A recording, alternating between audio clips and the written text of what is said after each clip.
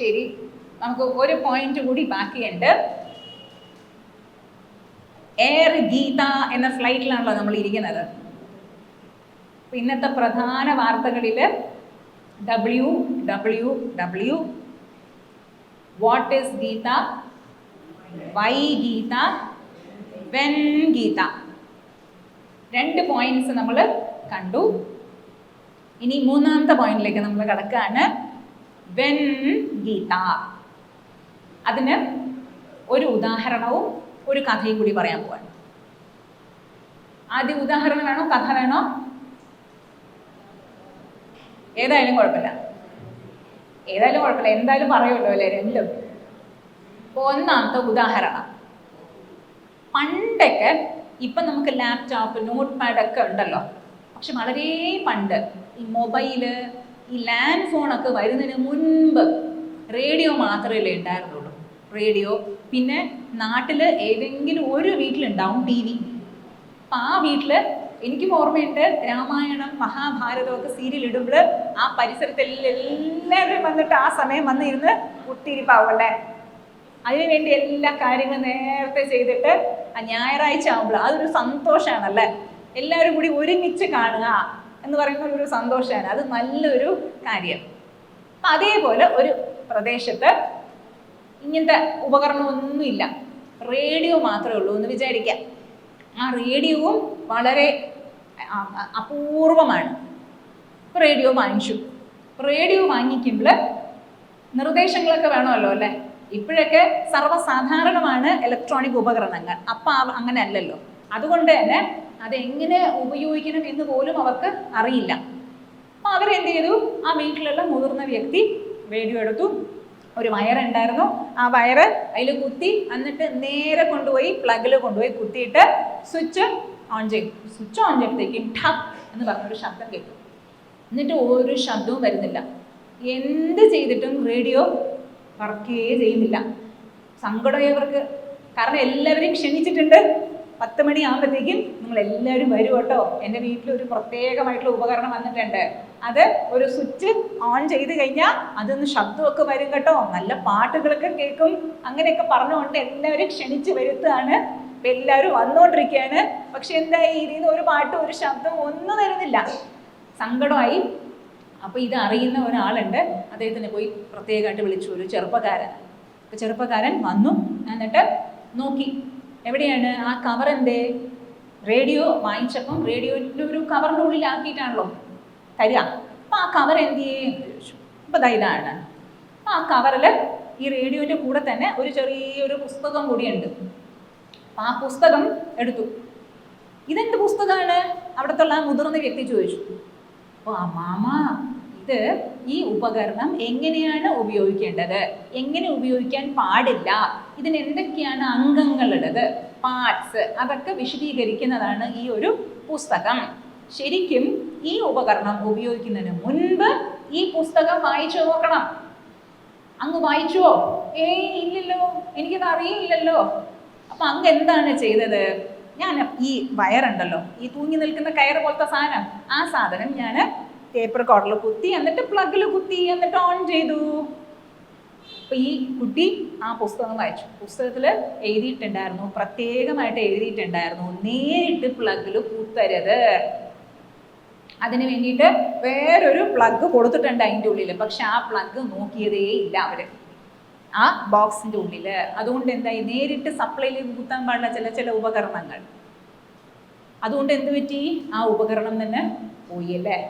അപ്പോൾ ഒരു ഉപകരണം ഉപയോഗിക്കുന്നതിന് മുൻപ് ആ പുസ്തകം, എന്താണ് അതിൻ്റെ പേര്, മാനുവൽ അല്ലെങ്കിൽ കാറ്റലോഗ് എന്നാണെന്നുള്ളത് നമ്മൾ പറയുന്നത്. Manual catalogue. ഇപ്പം നമ്മൾ വാഷിംഗ് മെഷീൻ മേടിക്കുകയാണെങ്കിൽ അതിൻ്റെ കൂടെ ഉണ്ടാവും, മൊബൈൽ മേടിക്കുകയാണെങ്കിൽ അതിൻ്റെ കൂടെ ഉണ്ടാവും, TV മേടിക്കുകയാണെങ്കിൽ അതിൻ്റെ കൂടെ ഉണ്ടാവും, എന്ത് ഉപകരണമാണെങ്കിലും, മിക്സി മേടിക്കുകയാണെങ്കിൽ അതിൻ്റെ കൂടെ ഉണ്ടാവും. അപ്പം ഉപകരണം ഉപയോഗിക്കുന്നതിന് മുൻപാണ് അത് നോക്കേണ്ടത്.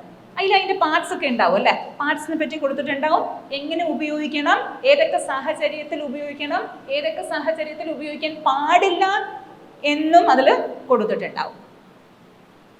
നമ്മൾ നേരത്തെ കണ്ടു, ഏറ്റവും സങ്കീർണമായിട്ടുള്ള ഉപകരണം എന്താണ്, മനസ്സാണല്ലോ. ഈ മനസ്സിന് നമ്മൾ ഉപയോഗിക്കുന്നതിന് മുൻപാണോ അതിനെപ്പറ്റി അറിഞ്ഞിട്ട് അതിനെ ട്യൂൺ ചെയ്യേണ്ടത്, അതോ ഉപയോഗിച്ചതിന് ശേഷമാണോ അതിനെപ്പറ്റി അറിയേണ്ടത്? പൊതുവേ ആധ്യാത്മിക രംഗത്തൊക്കെ ഈ ആധ്യാത്മിക ശാസ്ത്രങ്ങളൊക്കെ പഠിക്കുമ്പോൾ ചെറിയ കുട്ടികളൊക്കെ പഠിക്കാൻ വന്നു കഴിഞ്ഞാൽ പൊതുവേ എന്ത് പറയും? ഈ ചെറുപ്പം പ്രായമല്ലോ, അതൊക്കെ 60 വയസ്സ് റിട്ടയർഡ് ആയി കഴിഞ്ഞിട്ട് മുത്തശ്ശന്മാരൊക്കെ പഠിക്കേണ്ടതല്ലേ, കുട്ടികളൊക്കെ എന്തിനാണ് അത് പഠിക്കേണ്ടത് എന്നാണല്ലോ പൊതുവെ ചോദിക്കുക. ശരി, മനസ്സ് ഉപയോഗിക്കുന്നതിന് മുൻപ് എന്ന് പറയുമ്പോൾ നമ്മൾ ജനിച്ച ഉടനെ തന്നെ നമ്മുടെ മനസ്സ് വികസിതം ആയിട്ടില്ല. ഒരു 8, 9, 1-ാം ക്ലാസ് 2-ാം ക്ലാസ് ഒക്കെ വയസ്സാകുമ്പോഴാണ് കുറച്ചുകൂടി അത് നന്നായിട്ട് വികസിതമായി തീരുന്നത്. നമ്മുടെ ഈ ഒരു ട്രാൻസ്ഫർ ആകുമ്പോൾ, ഈ ട്രാൻസ്ഫറബിൾ ജോലി ഉള്ളവർക്ക് അറിയാം അത്. എത്ര പേർക്ക് ട്രാൻസ്ഫറബിൾ ജോലികളായിരുന്നു? കുറച്ച് പേര്, കുറേ പേർക്ക് ഉണ്ടല്ലേ. ഉത്തമം. ഇപ്പം ഈ ഒരുപാട് സ്ഥലത്ത് ഇങ്ങനെ ട്രാൻസ്ഫർ ആയി പോകുമ്പോൾ വലിയ ബുദ്ധിമുട്ടാണല്ലോ അല്ലേ. ഒരു അമ്മ പറയായിരുന്നു 13 സ്ഥലത്ത് ട്രാൻസ്ഫർ ആയിട്ടുണ്ട്. ആലോചിച്ച് നോക്കും, എന്ത് കഷ്ടമാണല്ലേ. ഇപ്പോൾ ട്രാൻസ്ഫർ ആയി കഴിഞ്ഞാൽ എന്ത് ചെയ്യും? Movers and packers. ഇപ്പം അവരുണ്ടല്ലോ, മൂവേഴ്സ് ആൻഡ് പാക്കേഴ്സ് ഉണ്ട്. അവരെ വിളിച്ചു കഴിഞ്ഞാൽ അവരെല്ലാം ആക്കി ഒരു കവറിൻ്റെ ഉള്ളിലാക്കി വെക്കും, പല പല കവറിൻ്റെ ഉള്ളിൽ. എന്നിട്ട് അവസാനം പോകുന്നത് വരെ എന്ത് അത്യാവശ്യമായിട്ടുള്ള കാര്യങ്ങളുണ്ടോ അത് മാത്രം പാക്ക് ചെയ്യില്ല അല്ലേ. മൊബൈൽ പാക്ക് ചെയ്യാൻ പറ്റില്ലല്ലോ, കാരണം എനിക്ക് കൊണ്ടുപോകണമല്ലോ. അതുപോലെ പാചകം ചെയ്യാൻ ഏതെങ്കിലും ഒരു ഇൻഡക്ഷൻ കുക്കർ മാത്രം മതി, ഒരു വാൽപാത്രം, ചായ ഉണ്ടാക്കാൻ ഒരു ഗ്ലാസ്, അതൊക്കെ വെക്കും. പിന്നീട് ബാക്കി എല്ലാം അതിൻ്റെ ഉള്ളിൽ പാക്ക് ചെയ്യും അല്ലേ. എന്നിട്ട് പാക്ക് ചെയ്തിട്ട് എവിടെയാണോ പോകാൻ പോകുന്നത്, ട്രാൻസ്ഫർ ആയിട്ട് എവിടെയാണോ പോകാൻ പോകുന്നത് അവിടെ അവർ ഈ സാധനങ്ങൾ കൊണ്ട് ഇടും. നമ്മൾ ട്രാൻസ്ഫറായി അങ്ങോട്ട് പോയതിന് ശേഷം ഉടനെ തന്നെ അതിനെ അൺപാക്ക് ചെയ്യുമോ? ഇല്ലല്ലോ. നമ്മുടെ സൗകര്യത്തിനനുസരിച്ച് സമയത്തിനനുസരിച്ച് മെല്ലെ അത്യാവശ്യമുള്ള കാര്യങ്ങൾ മാത്രം ആദ്യം അൺപാക്ക് ചെയ്യും അല്ലേ. അത് കഴിഞ്ഞിട്ട് അവസാനം ചിലതൊക്കെ വർഷങ്ങളോളം അങ്ങനെ തന്നെ ഉണ്ടാവും അല്ലേ. പിന്നീടായിരിക്കും കുട്ടികളൊക്കെ ഉണ്ടായി, പേരക്കുട്ടികളൊക്കെ ഉണ്ടാവുമ്പോൾ അന്ന് അവിടെ നിന്ന് കൊണ്ടുവന്ന് അത് അതിൻ്റെ ഉള്ളിൽ ഇരിക്കുന്നു കേട്ടോ, നീ വേണമെങ്കിൽ പോയി എടുത്തോളൂ, എനിക്ക് ഇത്തിരി ബുദ്ധിമുട്ടാണ്, എനിക്ക് വയസ്സൊക്കെ ആയില്ലോ, അതൊക്കെ അൺപാക്ക് ചെയ്യാൻ ബുദ്ധിമുട്ടാണ് എന്ന് നമ്മൾ പറയുമല്ലോ. ഈ മൂവേഴ്സ് ആൻഡ് പാക്കേഴ്സ് നമ്മുടെ എല്ലാവരുടെയും ജീവിതത്തിലുണ്ട്. എങ്ങനെയാണ്? ഇപ്പം നമ്മളെല്ലാവരും ഈ ശരീരമാകുന്ന ഒരു റെന്റഡ് വീടിലാണ് ഇപ്പം താമസിക്കുന്നുണ്ടോ എല്ലാവരും? ഇപ്പോഴും ഉണ്ടോ? ഇവിടെ ഉണ്ടല്ലോ അല്ലേ. അപ്പം ഈ ശരീരമാകുന്ന റെന്റഡ് വീട്, അത് കുറേ കഴിയുമ്പോൾ ചിലപ്പോൾ 100 വയസ്സല്ലേ, കുറയ്ക്കണ്ടല്ലോ, 120 വരെ ആകാം അല്ലേ. ഒരു മുത്തശ്ശിയെ ശബരിമലയിൽ ഒരു മുത്തശ്ശി പോയിട്ട് വന്നു 108 വയസ്സായി. അമ്മ, നമ്മുടെ ഇവിടെ അച്ഛൻ പറഞ്ഞില്ലേ ട്രെയിൻ കിട്ടിക്കഴിഞ്ഞാൽ ഞാൻ ഓടിക്കുന്നു, അതുപോലെ ആ ഒരു സ്പിരിറ്റ് വേണം അല്ലേ. എവിടെ വേണമെങ്കിലും പോകാം ഞാൻ, പ്രായമൊന്നും ഒരു പരിധിയേ അല്ല, പ്രശ്നമേ അല്ല എന്ന് പറഞ്ഞുകൊണ്ട്. ഇപ്പം 120 എന്ന് വെച്ചോളൂ, 120 വയസ്സ് വരെ ജീവിക്കുമെന്ന്. ഇപ്പം 120 വയസ്സ് 100 വയസ്സൊക്കെ ആകുമ്പോഴത്തേക്കും നമുക്ക് ട്രാൻസ്ഫർ ആകാനുള്ള ഇതൊക്കെ വരും കേട്ടോ, ലെറ്ററൊക്കെ വരും. എങ്ങനെയാണ് ലെറ്ററൊക്കെ വരിക? മെല്ലെ മുട്ടുവേദന, മുട്ട് വയ്യ കേട്ടോ, മുട്ട് വയ്യ. എന്താ മുത്തശ്ശി മുട്ട് വയ്യേ? എന്താ പറഞ്ഞേ? ചെവി കേൾക്കാതാവും അല്ലേ. മെല്ലെ പുസ്തകമൊക്കെ വായിക്കുമ്പോൾ അടുത്തവരെ പോകും അല്ലേ, അടുത്തവരെ പോയിട്ട് ദൂരെ വരെ പോകും അല്ലേ. ആദ്യമൊക്കെ കുട്ടികളൊക്കെ മക്കളൊക്കെ വായിക്കുമ്പോൾ പുസ്തകം തൊട്ടടുത്ത് വെച്ചായിരിക്കും വായിക്കാം. പിന്നീടോ ഒരു 40-45 വയസ്സാകുമ്പോഴത്തേക്ക് എന്തായി? ദൂരെ പോകണമല്ലോ, എന്നാലേ കാണുള്ളൂ അല്ലേ.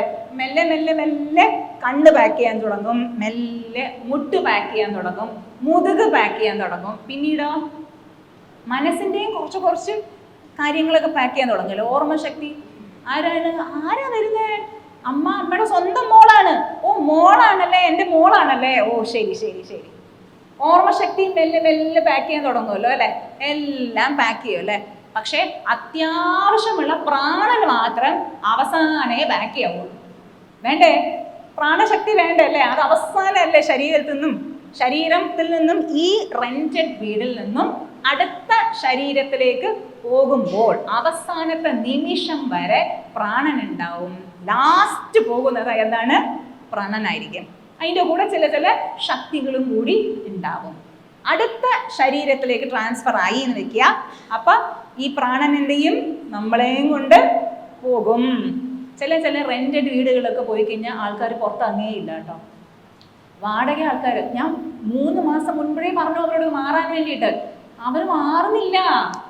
എന്ത് പറഞ്ഞിട്ട് അവര് മാറുന്നില്ല. ചിലർക്ക് ഇഷ്ടപ്പെട്ടു പോകുമല്ലോ അല്ലേ, മാറാൻ തോന്നുകയേ ഇല്ലല്ലോ. അതേപോലെ ചിലർക്ക് ഇഷ്ടപ്പെട്ടു പോകും, ഈ ശരീരത്തിൽ നിന്നും പോകാൻ തോന്നുകയേ ഇല്ല അല്ലേ. ചില മുത്തശ്ശന്മാരൊക്കെ കണ്ടു കഴിഞ്ഞാൽ 90 വയസ്സൊക്കെയായി, എന്നിട്ട് പറയും മോളെ എനിക്ക് ജീവിച്ച് മതിയായില്ല, എനിക്ക് ഇനി മുറുക്കൊക്കെ കഴിക്കണം, മുറുക്ക് അങ്ങനത്തെ സാധനങ്ങൾ പരിപ്പോടെയൊക്കെ എനിക്ക് കഴിക്കണം, എനിക്ക് ചുരിദാർ ഇടണം എന്നൊക്കെ അതിന് ആഗ്രഹങ്ങളല്ലേ. എന്നിട്ട് ഇനിയും എനിക്ക് ജീവിക്കണം, ജീവിച്ച് തീർന്നില്ല എന്ന് പറയുമ്പോൾ ഈ വാടകക്കാർ പോവാതെ ഇരുന്ന് കഴിഞ്ഞാൽ നമ്മൾ അവസാനം എന്ത് ചെയ്യും? പോലീസിനെ വിളിക്കും അല്ലേ, എന്നിട്ട് അടി കൊടുത്ത് അവരെ പുറത്താക്കുമല്ലോ. അതേപോലെ അവസാനം നമ്മുടെ ഉള്ളിലുള്ള പ്രാണൻ എന്ത് ചെയ്യും? നമ്മൾ നന്നായിട്ട് അഴിച്ചിട്ട് ഗെറ്റ് ഔട്ട് എന്ന് പറയും. പറയുമ്പോഴോ വേറെ വഴിയൊന്നുമില്ല, അങ്ങോട്ട് വേറൊരു ശരീരത്തിലേക്ക് നമ്മൾ ട്രാൻസ്ഫർ ആയി എന്ന് വിചാരിക്കാം.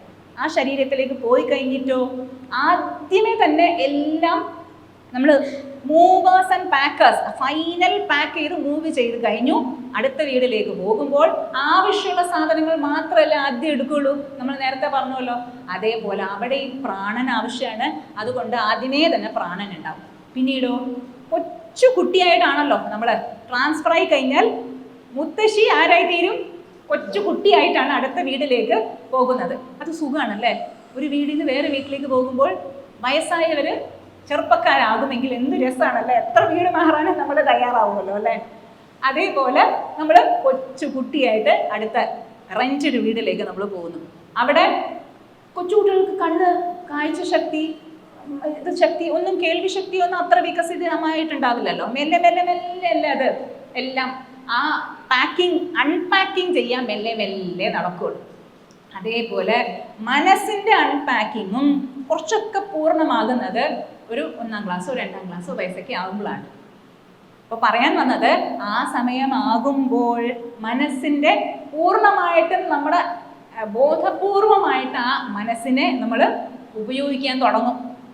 അപ്പോഴല്ലേ നമ്മൾ മനസ്സിനെ അറിയാനും മനസ്സിനെ ട്യൂൺ ചെയ്യാനും പഠിക്കേണ്ടത്. അപ്പൊ എപ്പോഴാണ് ഭഗവത്ഗീത പഠിക്കേണ്ടത്? ഭഗവത്ഗീത മാത്രമല്ല, ഏത് ആധ്യാത്മിക ശാസ്ത്രവും പഠിക്കേണ്ടത് ചെറുപ്പത്തിലാണ്. വയസ്സായതിനു ശേഷമോ കയ്യറയല്ലേ, അടുത്ത സ്ഥലത്തേക്ക് പോകാൻ റെഡിയായിട്ട് നിൽക്കാണ്. മനസ്സ് ഉപയോഗിച്ച് ഒരു പരുവായിരിക്കുകയാണ്. അപ്പോൾ ഉപകരണം ഉപയോഗിച്ചതിന് ശേഷമായിരിക്കും നമ്മളപ്പോൾ ആ ഉപകരണത്തിനെ പറ്റിയിട്ട് പഠിക്കുന്നത്. അപ്പം നേരത്തെ പഠിച്ചു കഴിഞ്ഞാലോ, ചെറുപ്പത്തിലേ പഠിച്ചു കഴിഞ്ഞാൽ അയ്യോ പറ്റില്ല കേട്ടോ, കാരണം അവള് സ്വാമിനിയായി പോവും, എനിക്ക് പറ്റില്ല, അങ്ങനെ ഒരു പേടി വരുമല്ലേ നമുക്ക്. എൻ്റെ ഗുരുജി, നമ്മുടെ സാധാരണ സ്വാമിജിമാരൊക്കെ തമാശ പറയാറുണ്ട്, സ്വാമിജി എനിക്ക് സ്വാമിജിമാരെയും നിങ്ങളെ പോലെയുള്ളവരൊക്കെ കാണുമ്പോൾ സന്തോഷമാണ് കേട്ടോ. എനിക്ക് തോന്നുന്നു എല്ലാ മക്കളും അങ്ങനെ ആയിത്തീരണം, എല്ലാ മക്കളും അങ്ങനെ ആയിത്തീരണം. നിങ്ങളുടെ മക്കളും അത് വേണ്ട, അത് പറ്റില്ല, എൻ്റെ മക്കൾ അങ്ങനെ ആവരുത്, പക്ഷെ ബാക്കി എല്ലാ മക്കളും അങ്ങനെ ആവുന്ന കാണുമ്പോൾ എനിക്ക് അത്യധികം സന്തോഷമാണ്. അപ്പൊ അങ്ങനെ ഒരു പേടിയേ വേണ്ട. ഇത് പഠിച്ചു കഴിഞ്ഞാലോ മനസ്സിന് സുന്ദരമായിട്ട് പെർഫെക്റ്റ് ആയിട്ട്, നമ്മൾ പറഞ്ഞല്ലോ, പെർഫെക്റ്റ് ആയിട്ട് ഉപയോഗിക്കാനും ഏത് രംഗത്ത് പോയി കഴിഞ്ഞാലും അതിനെ സുന്ദരമായിട്ട് ഹാൻഡിൽ ചെയ്യാനുള്ള ഒരു ശക്തി ആ മനസ്സിന് കിട്ടും. സൈക്കോളജിക്കൽ ബ്രേക്ക് ഡൗൺ ഒന്നും ഉണ്ടാവില്ല. ഡിപ്രഷൻ, സ്ട്രെസ്, സ്ട്രെയിന് അങ്ങനത്തെ വല്ല രോഗങ്ങളൊന്നും ബാധിക്കുകയില്ല. ഇത് ഉദാഹരണം പറഞ്ഞതാണ്. ഞാനൊരു കഥ പറയാമെന്ന് പറഞ്ഞില്ലേ, ഒരു കഥ. പണ്ട് പണ്ട് പണ്ട് പണ്ട് പണ്ട് പണ്ട് ഒരു രാജ്യത്ത് ഒരു രാജാവ് ഉണ്ടായിരുന്നില്ല. ഒരു രാജാവ് ഉണ്ടായിരുന്നില്ല. അപ്പൊ സങ്കടമായി, അരാജകത്വം വരുമല്ലോ. രാജാവില്ലെങ്കിൽ വലിയ പ്രശ്നമാണല്ലോ. രാജാവ് ഉണ്ടായിട്ടേ പ്രശ്നമാണ്, പിന്നീട് രാജാവ് ഇല്ലെങ്കിൽ പറയേണ്ട കാര്യമുണ്ടോ? അപ്പൊ എല്ലാവരും കൂടി തീരുമാനിച്ചു ഒരു രാജാവിനെ തിരഞ്ഞെടുക്കണം. എങ്ങനെ തിരഞ്ഞെടുക്കും? ആ രാജകൊട്ടാരത്തില് അവരുടെ പ്രിയപ്പെട്ട ഒരു ആനയുണ്ട്, കുട്ടി ആന. അപ്പൊ ആ ആനയോട് പറഞ്ഞു, ആ ആനയുടെ പാപ്പാൻ ആനയെ നന്നായിട്ട് വശത്താക്കിയിട്ടുണ്ട്, സ്നേഹപൂർവ്വം വശത്താക്കിയിട്ടുണ്ട്. അപ്പം ആനയോട് പറഞ്ഞു, എല്ലാവരോടും നമ്മൾ വരാൻ പറയും. അപ്പം എല്ലാ നഗരവാസികളെല്ലാം അണിനിരന്ന് നിൽക്കുമ്പോൾ നിന്റെ കയ്യിൽ ഒരു പുഷ്പമാല തരും. ആ പുഷ്പമാല ആരുടെ കഴുത്തിൽ നീ ഇടുന്നുവോ അദ്ദേഹത്തിന് നമ്മൾ രാജാവായിട്ട് പ്രഖ്യാപിക്കും. പക്ഷേ പക്ഷേ പക്ഷേ ഒരു നിയമമുണ്ട് കേട്ടോ. എല്ലായിടത്തും ഒരു നിയമമാണല്ലോ അല്ലേ. പക്ഷേ എന്താണ് നിയമം? അങ്ങനെ തിരഞ്ഞെടുക്കപ്പെടുന്ന രാജാവ് 5 വർഷത്തേക്ക് മാത്രമേ രാജാവായിരിക്കാൻ പറ്റൂ. 5 വർഷം കഴിഞ്ഞാലോ ആ രാജാവിന് ഈ നഗരത്തിൻ്റെ അതിർത്തി സ്ഥലത്ത് ഒരു നദി, പുഴ ഒഴുകുന്നുണ്ട്. ആ പുഴയ്ക്ക് അപ്പുറത്തെ സൈഡ് കൊടും കാടാണ്, വന്യമൃഗങ്ങളൊക്കെ ഉള്ള കാട്. ആ കാടും പ്രദേശത്തേക്ക് കൊണ്ടുപോയി വിടും. അമ്മ കഷ്ടമായി പോയില്ലല്ലേ. രാജാവാകുക എന്ന് പറയുമ്പോൾ സുഖമാണ്, പക്ഷെ 5 വർഷം കഴിയുമ്പോഴുള്ള കാര്യം ഓർക്കുമ്പോഴോ ആകെ പരിഭ്രാന്തി വരുമല്ലോ അല്ലേ. അപ്പൊ അങ്ങനെ ഘോഷണം നടത്തി. ആ സുനോ സുനോ സുനോ ഡും ഡും ഡും ഡും ഡും ഡും ഡും ഡും ഡും ഡും ഡും. രാജാവ് നാളെ രാവിലെ 10 മണിയാകുമ്പോൾ എല്ലാവരെയും ക്ഷണിച്ചിട്ടുണ്ട്. ഡും ഡും ഡും ഡും ഡും ഡും. എല്ലാവരും വന്ന് നോക്കൂ. എന്തിനു വേണ്ടിയിട്ടാണ്? കുട്ടിയാണ് വന്നിട്ട് നിങ്ങളുടെ കഴുത്തിൽ മാല ഇടുകയാണെങ്കിൽ നിങ്ങൾ രാജാവായി തീരും. അപ്പൊ എല്ലാവർക്കും സന്തോഷമായി. പക്ഷെ അടുത്ത ശബ്ദം, അടുത്ത വാക്യം കേട്ടപ്പോഴത്തേക്ക് ആകെ ഡൗൺ ആയില്ലേ. എന്താണ്? 5 വർഷം കഴിയുമ്പോൾ നിങ്ങളെ ആ വൻ കൊടും കാട്ടിൽ കൊണ്ട് വിടും. ഡും ഡും ഡും ഡും ഡും ഡും ഡും എന്ന് പറഞ്ഞിട്ട് പോയി. എന്നാലും നമുക്ക് പോവാം, 5 വർഷം സുഖിക്കാമല്ലോ എന്ന് പറഞ്ഞുകൊണ്ട് എല്ലാവരും പിറ്റേ ദിവസം ആകുമ്പോൾ എല്ലാവരും നിരന്ന് നിൽക്കാണ്. നഗരവാസികൾ മുഴുവൻ അവിടെ ഉണ്ട്. എല്ലാവരും നിൽക്കാണ്. കുട്ടിയാനയുടെ കയ്യിൽ മാല കൊടുത്തു. കുട്ടിയാന മെല്ലെ പോവാണ്. കുട്ടിയാനയല്ലേ, കുറുമ്പൊക്കെ ഉണ്ടാവുമല്ലോ അല്ലേ. അപ്പോൾ മാല കൊണ്ട് ഇങ്ങനെ പോവാണ്. ഒരാളുടെ തൊട്ടടുത്ത് പോയിട്ട് നിൽക്കും, മാല ഇടുന്ന പോലെ കാണിക്കും, എന്നിട്ട് ഉടനെ എടുക്കും, എന്നിട്ട് വീണ്ടും പോകും. അങ്ങനെ കുറേ പേരെ കളിപ്പിച്ചു കുട്ടിയാന. എന്നിട്ട് അവസാനം ഒരാളുടെ കഴുത്തിൽ കൊണ്ട് മാലയിട്ടു. സന്തോഷം, എല്ലാവരും തുള്ളിച്ചാടി. അദ്ദേഹത്തിന് രാജാവ് ജയിക്കട്ടെ, രാജാവ് ജയിക്കട്ടെ എന്ന് പറഞ്ഞുകൊണ്ട് രാജാവ് സിംഹാസനത്തിൽ ഇരുത്തിക്കൊണ്ട് അഭിഷേകം ചെയ്തു. ആ രാജാവ് പാവപ്പെട്ടവരായിരുന്നു. അപ്പം ഈ സുഖ സൗകര്യങ്ങളൊന്നും അനുഭവിച്ചിട്ടില്ല. അതുകൊണ്ട് വലിയ പദവിയും കിട്ടി, പ്രശസ്തി, സുഖ സൗകര്യങ്ങൾ, സമ്പത്തൊക്കെ കിട്ടിയപ്പോഴത്തേക്കും ഒന്നും ഓർത്തില്ല, അതിൽ തന്നെ മുഴുകി. ഖാവോ പിയോ മസാക്കരോ, എന്താണ്? കഴിക്കൂ, കുടിക്കൂ, ഉറങ്ങൂ, വേറെ ഒന്നുമില്ല.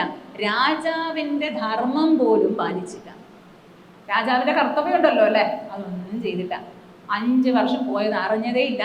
പക്ഷെ ഈ 5 വർഷവും ഖാവോ പിയോ മസാക്കറോ ഒന്നും ആലോചിച്ചില്ല.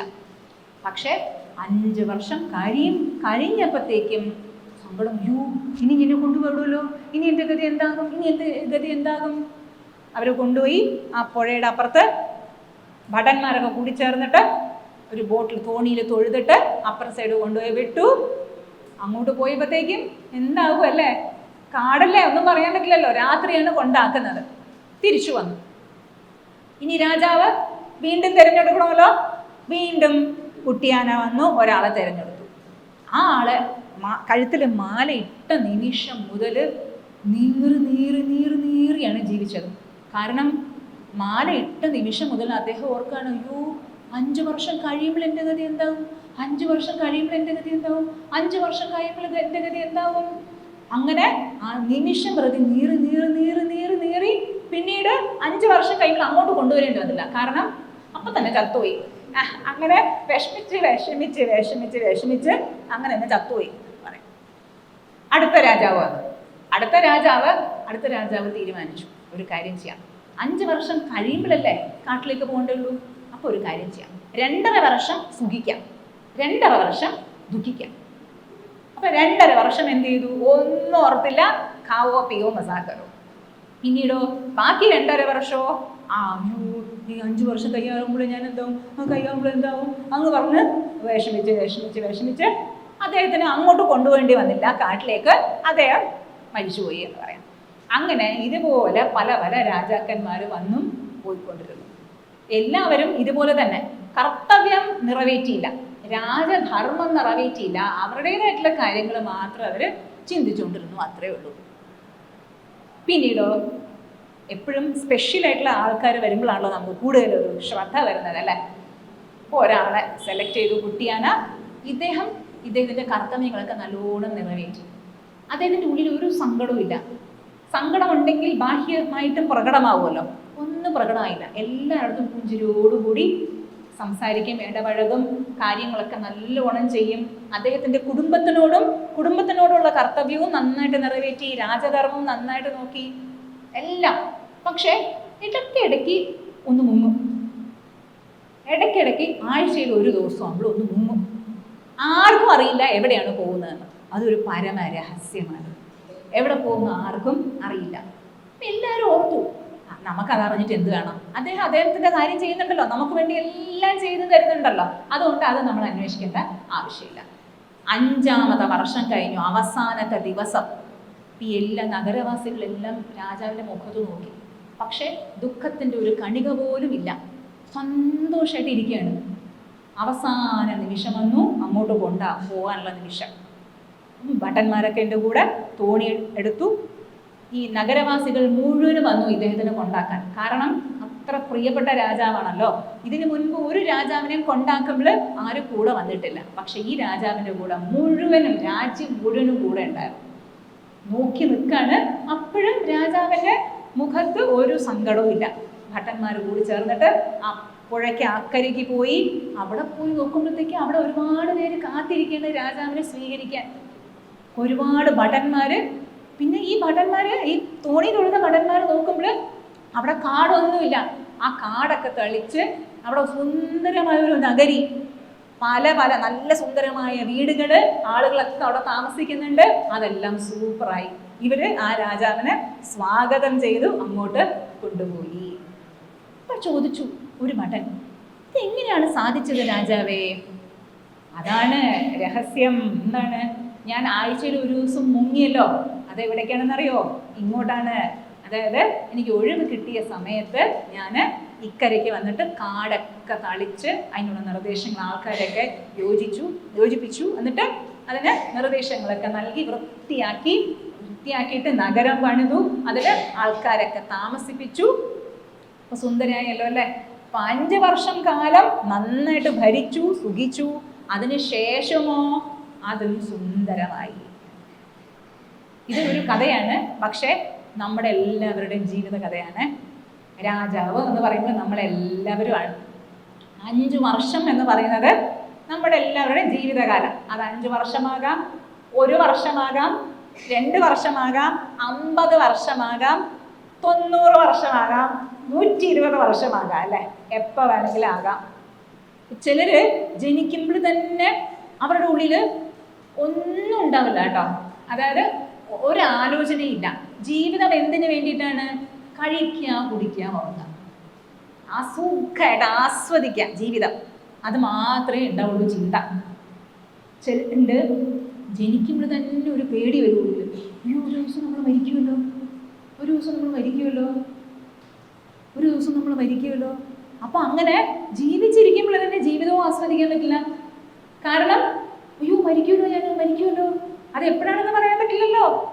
അയ്യോ മരിക്കുമല്ലോ തോന്നിയിട്ടില്ല നിങ്ങൾക്ക്? തോന്നണം. ഒരു ദിവസം ഞാൻ മരിക്കുമല്ലോ എന്ന് തോന്നണം, എന്നാലേ വൈരാഗ്യം വരുള്ളൂ. ആധ്യാത്മിക ശാസ്ത്രത്തിൽ പ്രവേശിക്കണമെങ്കിൽ മരണത്തിനെ അഭിസംബോധന ചെയ്യണം. മരണത്തിനെ എന്ന് പറയുമ്പോൾ മരണചിന്തയെ, നമ്മുടെ ഉപനിഷത്തില് ഒരു ഉപനിഷത്തുണ്ട്, കഠോപനിഷത്ത്. അതിലൊരു കൊച്ചുകുട്ടി നച്ചിക്കേതസ്, ആ കൊച്ചുകുട്ടിക്ക് ആധ്യാത്മിക ജ്ഞാനം കിട്ടിയത് ആ കൊച്ചുകുട്ടി മരണത്തിനെ നേരിട്ടപ്പോഴാണ്. അതേപോലെ നമ്മുടെ എല്ലാവരുടെ ഉള്ളില് മരണചിന്ത വരണം. ചിന്ത വന്നാലേ അയ്യോ എല്ലാവരും മരിക്കും, അപ്പോൾ മരിക്കാത്ത ഒരവസ്ഥയുണ്ടോ? അങ്ങനെ നമ്മൾ കൂടുതൽ ആലോചിക്കാൻ തുടങ്ങും. ഇവിടെ എല്ലാം മാറിക്കൊണ്ടിരിക്കുകയാണ്. എല്ലാവരും ഒരു ദിവസം മരിക്കും, എല്ലാവരും നമ്മളെ വിട്ട് പോകും. അപ്പോൾ പോകാത്ത എന്തെങ്കിലും ഉണ്ടോ? ശാശ്വതമായിട്ട് എന്തെങ്കിലും ഉണ്ടോ? കാണുന്ന സ്ഥലത്തൊക്കെ ദുഃഖമാണല്ലോ. ശാശ്വതമായിട്ടുള്ള സന്തോഷം എവിടെയെങ്കിലും ഉണ്ടോ എന്ന് നമ്മൾ വിചാരം ചെയ്യാൻ തുടങ്ങും. അപ്പോൾ കൂടുതൽ ഈ മരണചിന്ത കൂടുതൽ തീവ്രമാകും തോറുമാണ് ആ ഉള്ളിൽ വൈരാഗ്യം കൂടി വരും. നമ്മൾ ആധ്യാത്മിക ശാസ്ത്രത്തിലേക്ക് കൂടുതൽ അടുക്കാം. അങ്ങനെ ചിലരുണ്ട് 50 വയസ്സ് 60 വയസ്സ് വരെയൊക്കെ സുന്ദരമായിട്ട് ഖാവോ പിയോ മസാക്കറോ തന്നെയാണ് ജീവിതത്തിൽ. വയസ്സാകുമ്പോഴാണ് കൂടുതൽ പേടി വരിക അല്ലേ. പൊതുവേ നമ്മൾ നോക്കുകയാണെങ്കിൽ 90% ആളുകളിൽ ഈ പാതി പാതി, അതായത് നമ്മുടെ രാജാവ് 2.5 വർഷം സുഖിച്ചു, 2.5 വർഷം ദുഃഖിച്ചുവല്ലോ, അതുപോലെയാണ് നമുക്ക് ചെറുപ്പകാലം, മധ്യവയസ്സ് ഒക്കെ വരെ ഉള്ള കാലം ഒന്നും നമ്മൾ ആലോചിക്കില്ലല്ലോ അല്ലെ. വയസ്സാകുമ്പോഴാണ് അയ്യോ മുടിയൊക്കെ നരച്ചുവല്ലോ, ഇവിടെയൊക്കെ ചുളിവ് വന്നുവല്ലോ, അടുക്കാറായി തോന്നുന്നു, അപ്പോഴാണ് പേടി കൂടുതൽ വരിക അല്ലെ. അയ്യോ മരിക്കുമല്ലോ, അയ്യോ മരിക്കുമല്ലോ, അയ്യോ മരിക്കുമല്ലോ. പക്ഷേ ഒരു അപൂർവമായിട്ടുള്ള ഒരു രാജാവ്, നിങ്ങളൊക്കെ അപൂർവമായിട്ടുള്ള രാജാവാണ്. എന്താണ്, ജീവിച്ചിരിക്കുമ്പോൾ കർത്തവ്യങ്ങൾ നന്നായിട്ട് നിറവേറ്റുന്നു, പക്ഷെ അതിൻ്റെ കൂടെ തന്നെ മരണശേഷം എന്താണ് സംഭവിക്കാൻ പോകുന്നത് അതിനും കൂടി ഉറപ്പ് വരുത്തുന്നു. അതിന് ഉറപ്പ് വരുത്തുക എങ്ങനെയാണ്? മരണശേഷം എന്താ സംഭവിക്കുന്നത്, മരണമുണ്ടോ, എന്താണ് മരണം, മരിക്കുന്നത് ആരാണ്, ഞാനാണോ മരിക്കുന്നത്, അപ്പൊ മരിക്കാത്ത എന്തെങ്കിലും ഉണ്ടോ, അപ്പൊ അത് എനിക്കുമായിട്ടുള്ള എന്താണ് ബന്ധം, എങ്ങനെയൊക്കെ വിചാരം കൂടുതൽ ചെയ്യുന്നത് എപ്പോഴാണ്? ആധ്യാത്മിക ശാസ്ത്രം അതിലേക്ക് കടക്കുമ്പോൾ. അപ്പൊ അത് എപ്പോഴാണ് തുടങ്ങേണ്ടത്? തുടക്കത്തിൽ തുടങ്ങണമല്ലോ അല്ലെ. തുടങ്ങിക്കഴിഞ്ഞാലോ ഈ ഒരു ജീവിതം ശരിക്കും ഉള്ളിൽ ആഴത്തിൽ ചിന്തിക്കും തോറും നമുക്ക് മനസ്സിലാവും, മരിക്കുന്നത് ഞാനല്ല, മരിക്കുന്നുണ്ട് എന്തോ ഒരു ഘടകം അല്ലെ. എന്താണ്? ശരീരം മരിക്കുന്നുണ്ട്, പക്ഷെ അതിൻ്റെ കൂടെ മരിക്കാത്ത ഒരു ഘടകം ഉള്ളിലുണ്ട്. അതിനെ നമ്മൾ അറിയണം എങ്കിൽ എന്താണ് കിട്ടാൻ പോകുന്നത്? ആനന്ദം. അറിയുമ്പോൾ ഈ ലോകത്തിലുള്ള വ്യവഹാരം മുഴുവൻ ഒരു നാടകം പോലെ ആയിത്തീരും. നാടകത്തില് നടി അല്ലെങ്കിൽ നടൻ നാടകമല്ല, ശരിക്കും വാസ്തവമാണ് എന്ന് വിചാരിച്ചുകൊണ്ട് നാടകത്തിൽ പങ്കെടുത്തു കഴിഞ്ഞാൽ എന്തായിരിക്കും സ്ഥിതി അല്ലേ? ഇത് മുൻപ് ഒരു വാർത്ത കേട്ടിട്ടുണ്ടായിരുന്നു. ക്യാൻസർ രോഗിയായിട്ട് അഭിനയിച്ച ഒരു നടി ശരിക്കും ക്യാൻസർ രോഗം വന്നു. കാരണം സ്വയം ചിന്തിക്കാൻ തുടങ്ങി, എന്താണ്, എനിക്ക് ക്യാൻസർ രോഗമുണ്ട്, ക്യാൻസർ രോഗമുണ്ട്. അഭിനയം എന്തായി? വാസ്തവമായി തീർന്നു. അഭിനയം എങ്ങനെയാണ് സൂപ്പർ ആവുക? അഭിനയിക്കുന്നു എന്ന് അറിവോടുകൂടി അഭിനയിക്കുമ്പോഴാണ് അത് ആ അഭിനയം ഗംഭീരമാകുക അല്ലെ. അഭിനയമാണ് എന്ന് എപ്പോഴാണ് അറിയുക? ആധ്യാത്മിക ശാസ്ത്രം പഠിക്കുമ്പോഴാണ് അറിയുക. നമ്മളിപ്പോൾ ഓരോരുത്തരും അഭിനയിക്കുന്ന ഓരോ റോളുകളാണ്. റോളുകൾ മാറിക്കൊണ്ടിരിക്കും, പക്ഷേ റോളിൻ്റെ പിന്നിൽ മാറുന്ന ഈ റോളുകളുടെ പിന്നിൽ മാറാത്ത ഒരു ഘടകം ഉള്ളിൽ ഉണ്ട് എന്ന് അറിയുമ്പോഴാണ്. അറിഞ്ഞു കഴിഞ്ഞാൽ എന്താണ് കിട്ടുക? എല്ലാവർക്കും ആവശ്യം സന്തോഷമാണല്ലോ അല്ലെ, ആനന്ദമാണല്ലോ, അത് നമുക്ക് കിട്ടും. അത് എത്ര നേരത്തെ കിട്ടുന്നോ അത്രയും നല്ലത് എന്ന് പറയാം. അത് വേണമെങ്കിൽ എന്ത് വേണം? മനസ്സിനെ അറിയണം. അറിഞ്ഞ് അതിനും അപ്പുറം ഒരു ഘടകമുണ്ട്, അതിലേക്ക് നമ്മൾ കടക്കണം. അതിന് മനസ്സിനെ വശത്താക്കണം. ശരി, അതാണ് വെൻ ഗീത. ഇനി മനസ്സിനെ കൈകാര്യം ചെയ്യാൻ വേണ്ടിയിട്ടുള്ള കുഞ്ഞൊരു ലളിതമായിട്ടുള്ള ഉപായം കൂടി നമുക്ക് ചെയ്യാം. അതോടുകൂടി നമുക്ക് അവസാനിപ്പിക്കാം. നമ്മൾ ഗീത എന്താണെന്ന് ഒരു കുഞ്ഞ് ബേർഡ്സ് ഐ വ്യൂ മാത്രമേ കണ്ടിട്ടുള്ളൂ. അപ്പം അതിൽ പറഞ്ഞ ഒരു ലളിതമായിട്ടുള്ള ഒരു പ്രക്രിയയാണ് ജപം. ഭഗവത്ഗീതയിൽ ഭഗവാൻ തന്നെ പറയുന്നുണ്ട്, യജ്ഞാനാം ജപയജ്ഞോസ്മി, യജ്ഞങ്ങളിൽ ഞാൻ ജപയജ്ഞം ആകുന്നു. ജപം ചെറുപ്പത്തിൽ മുതൽ ശീലിക്കുകയാണെങ്കിൽ അത്ഭുതങ്ങൾ അത് ചെയ്യും നമ്മുടെ ജീവിതത്തിൽ. അതിനൊരു ചില്ലി കാശിൻ്റെ ആവശ്യമില്ല, ഓടണ്ട, ചാടണ്ട, കഷ്ടപ്പെടണ്ട, ഒന്നും ചെയ്യണ്ട. വെറുതെ ഒന്ന് ഇരുന്നിട്ട് ശാന്തമായിട്ട് ജപിക്കാം. പക്ഷേ സിമ്പിളായിട്ടുള്ള കാര്യങ്ങളിൽ നമുക്ക് വിശ്വാസം വരില്ലല്ലോ അല്ലേ. ചിലപ്പോൾ ഹോമിയോ മരുന്നുകളൊക്കെ ഈ മധുര ഉണ്ടകളാണല്ലോ അല്ലേ ഹോമിയോ മരുന്നുകൾ. പക്ഷേ ചില മാറാ രോഗങ്ങൾക്കൊക്കെ പ്രതിവിധി ഈ ഹോമിയോ മരുന്നുകളിലൂടെ ഉണ്ടാവും.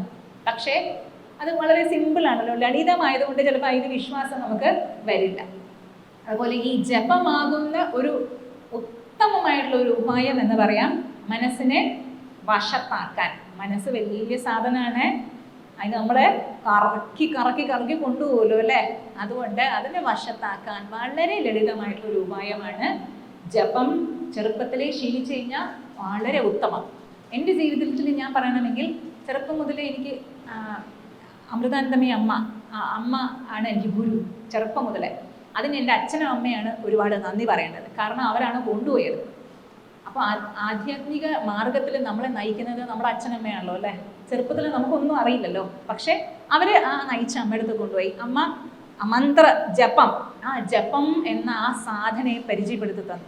അത് അത്ര മധുരമാണെന്ന് പറയാം.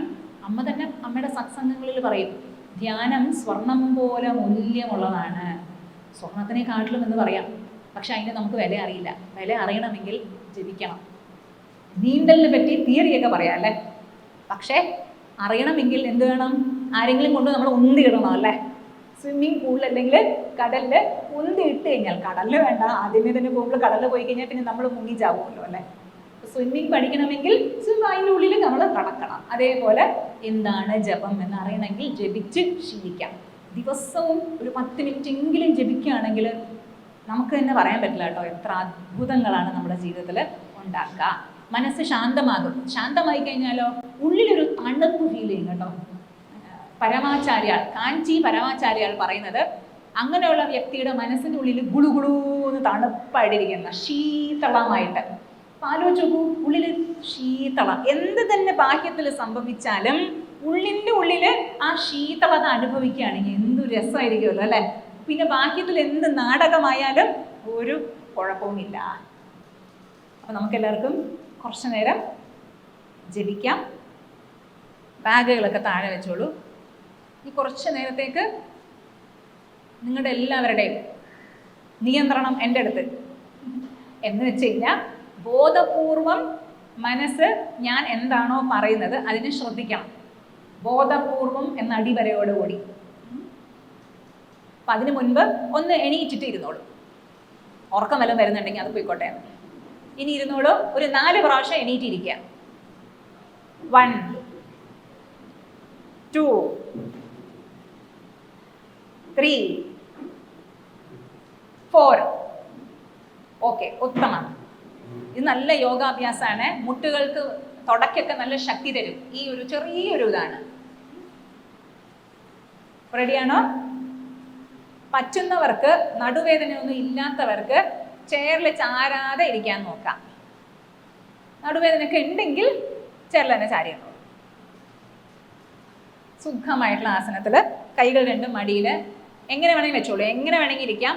കുറച്ച് നേരത്തേക്ക് അനങ്ങാതെ ഇരിക്കാൻ ശ്രമിക്കണം, അത്രയേ ഉള്ളൂ. ഇനി മെല്ലെ ഒരു പുഞ്ചിരിയോടുകൂടി കണ്ണുകൾ മെല്ലെ അടച്ചോളൂ. പുഞ്ചിരിയോടുകൂടി കണ്ണുകൾ മെല്ലെ അടച്ചോളൂ.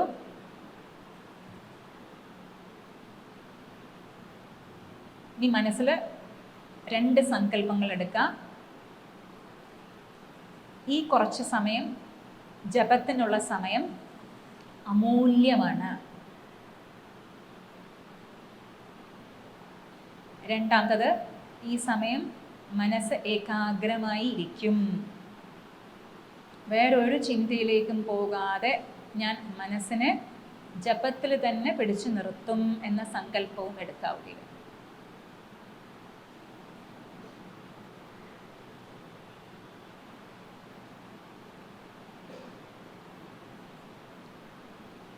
ഇനി മെല്ലെ ഒന്ന് ശരീരത്തിനെ ശിരസ് മുതൽ പാദം വരെ ഒന്ന് ശ്രദ്ധിക്കാം. ഒരു ഭാഗവും അനങ്ങാതെ ഇരിക്കാൻ സാധിക്കുന്നുണ്ടോ എന്ന് ഒന്ന് നോക്കാം. ശരീരം അനങ്ങാതെ ഒരു സ്റ്റാച്ചു പോലെ ഇരിക്കുന്നുണ്ടോ എന്ന് നോക്കാം.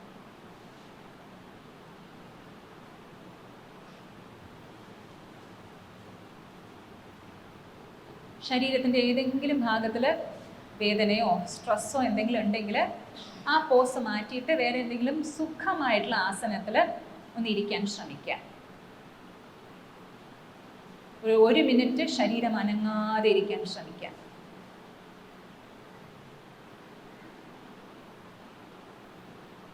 ഞാൻ അനങ്ങാതെ ഇരിക്കുന്നത് ഞാൻ കാണുന്നുണ്ട്. എൻ്റെ ശരീരം നിശ്ചലമായി ഇരിക്കുന്നത് ഞാൻ കാണുന്നുണ്ട്.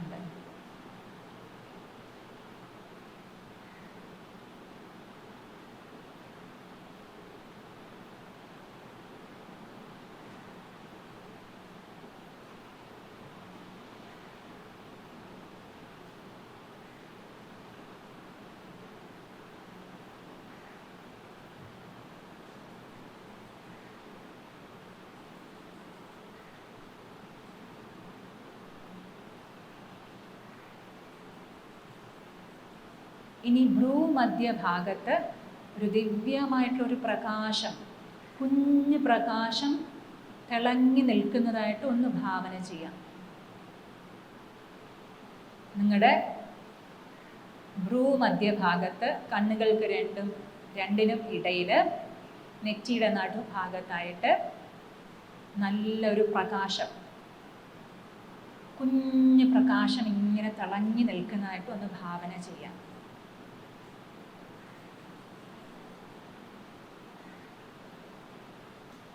ആ പ്രകാശത്തിൽ നിന്നും നല്ലൊരു കുളിർമ, ശാന്തി, ആനന്ദം നമ്മളിലേക്ക് ഇങ്ങനെ വ്യാപിക്കുന്നതായിട്ട് ഒന്ന് ഭാവന ചെയ്യാം.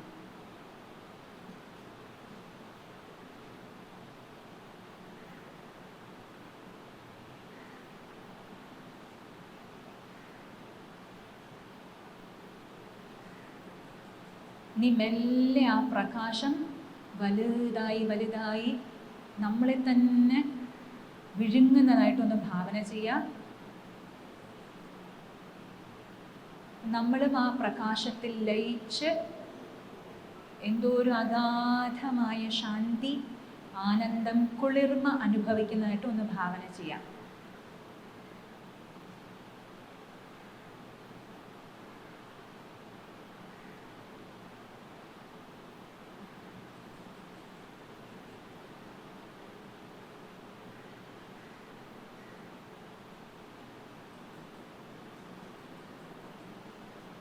ഇനി ഈ ശാന്തമായ മനസ്സിൽ നമുക്ക് ഭഗവാന്റെ നാമം ജപിക്കാം.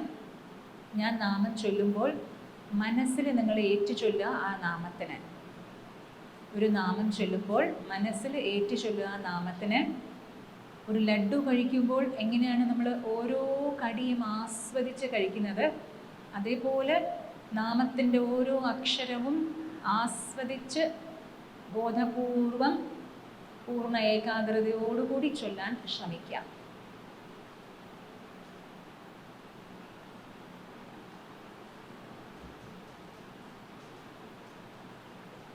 ഓം നമോ ഭഗവതേ വാസുദേവായ. മനസ്സിലേറ്റ് ചൊല്ലുക.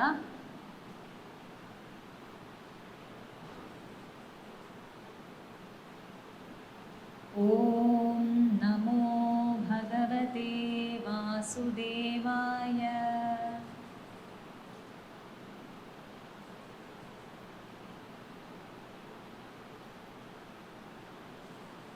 ഓം നമോ ഭഗവതേ വാസുദേവായ.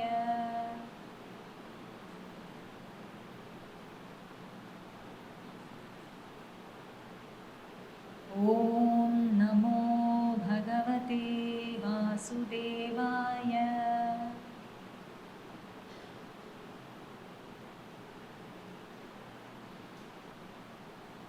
മനസ്സിൻ്റെ പൂർണ്ണ ശ്രദ്ധ ജപത്തിൽ ഓം നമോ ഭഗവതേ വാസുദേവായ.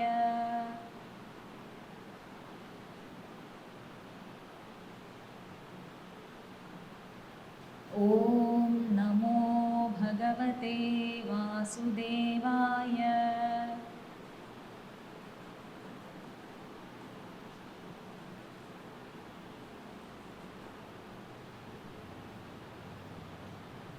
ഓം നമോ ഭഗവതേ വാസുദേവായ.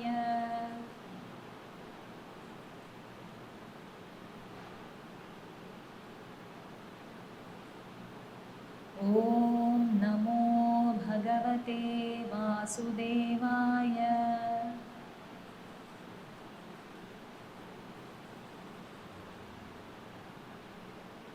ഓം നമോ ഭഗവതേ വാസുദേവായ.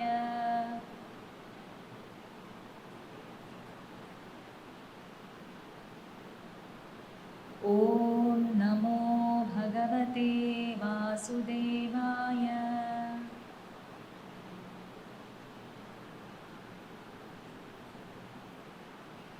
പൂർണ്ണ ശ്രദ്ധ ജപത്തിൽ ഓം നമോ ഭഗവതേ വാസുദേവായ.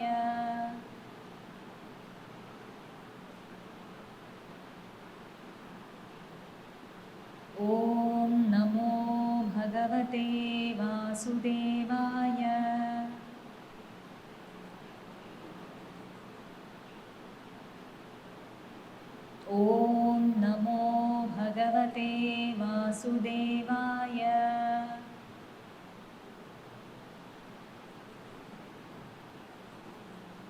ഓം നമോ ഭഗവതേ വാസുദേവായ.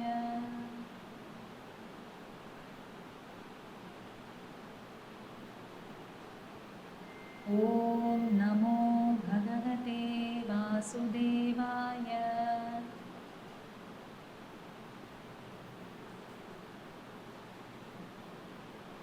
ഓം നമോ ഭഗവതേ വാസുദേവായ.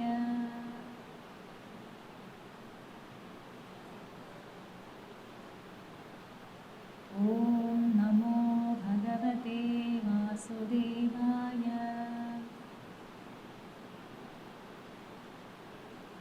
ഓം നമോ ഭഗവതേ വാസുദേവായ.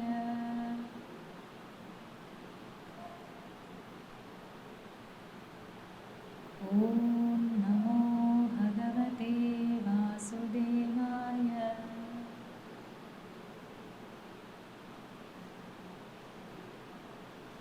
ജപവും അലിഞ്ഞ് നിശബ്ദത, ഒരു അഗാധമായ ശാന്തി ഉള്ളിൽ നിറയുന്നതായിട്ടൊന്ന് ഭാവന ചെയ്യാം.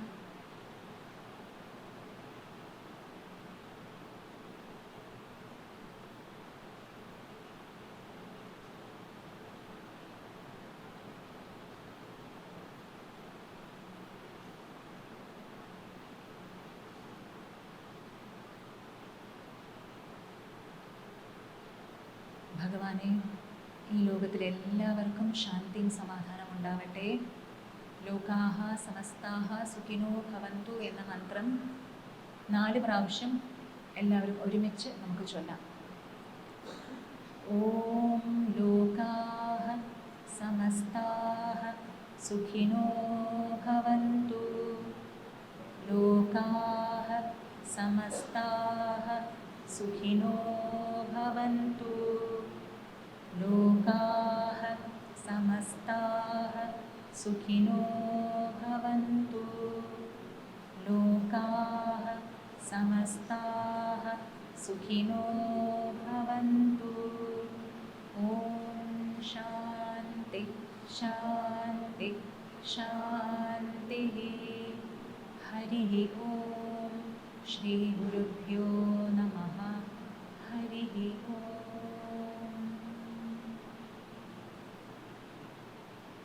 വളരെ മെല്ലെ കണ്ണുകൾ തുറക്കാം.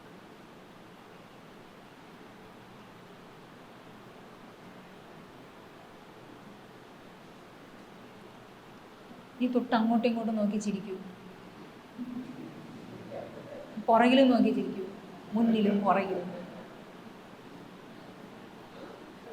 ആ ശാന്തി സന്തോഷം എല്ലാവരുടെ ജീവിതത്തിൽ നിറഞ്ഞിരിക്കട്ടെ. അതാണ് ആവശ്യം അല്ലേ. ഹരി ഓം.